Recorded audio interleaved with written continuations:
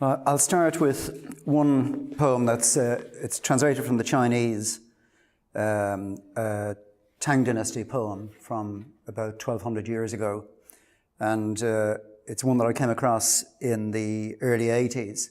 And I wasn't able to translate it, despite many attempts, until I was reading Patrick Galvin's poetry in detail. And suddenly the penny dropped, and I found a register that I could read this in.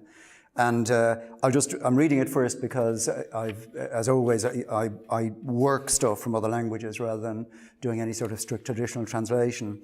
And it was one of a series of poems called capital poems by the scholars in Chinese literature. They were written in praise of the capital city of Chang'an, which translates as long peace.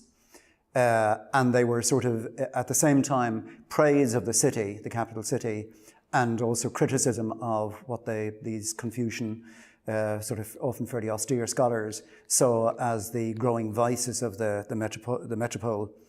And I have a background in, I used to work for the planning department in Dublin and so on. And as you may know, there's a sort of a history of some doubtful dealings in the past, the 70s, 80s, in relation to that. So this was a way for me to incorporate that while ostensibly translating from the Chinese. So it's called Capital Accounts. Through this long piece, arterial routes intersect with narrow lanes. Beasts of burden, black and white, drag coaches of sweet-smelling wood, and jade-inlaid sedan chairs recross the town. Past celebrity glitz, old money dens, golden accessories circulate. Dragons gnaw rich canopies, glinting in the early sun. Phoenix vomits glittering lace under crimson evening clouds. One stretch of gossamer encompasses the trees. Assemblies of magnificent birds unify the groves with song. Birdsong unifies the groves. Moths flicker through the 1,000 gates. There are emerald trees, silver terraces, colors you don't have names for. Forked galleries with window bays assume the form of leaves, and ridge tiles linking towers are phoenix wings at rest. The corporation's ornamented halls rival the sky, and the executive's immortal works overreach the clouds. In front of the high-rises, not a single face you know. Imagine. On the streets you encounter only strangers. What about her who puts on airs, facing the purple mist? In the past, she danced. Oh, how she danced. It's like she's blind now in one eye. Would another cure her mind of death? It's like she's lost one of her arms, and she's sick of dying bit by bit. She's sick of the sight of the hale and hearty, those eternal soulmates joined at the lip, never tired displaying themselves. It's depressing to see a single phoenix in brocade, but a pair of lovebirds glued to the screen will cheer you up in no time. The paired lovebirds glide and flit around the decorated beams. Through the turquoise hangings, fumes of turmeric. Fashionably permed and teased, her hair is cutting edge. Eyebrows, penciled crescents. Next, she applies her war paint. War-painted and powdered up, she exits to the chase. Quite independent, yet appealingly vulnerable, she changes expression more than is strictly necessary. Boys ride by on thoroughbreds as dark as iron cash. Hookers do trade, hair in the dragon style, with bent knee golden pins. At City Hall already, birds are coming home to roost. In the gate of the Supreme Court, sparrows brawl. High and mighty vermilion walls overlook the boulevards of jade, and the azure cars slip down beyond the golden barricades.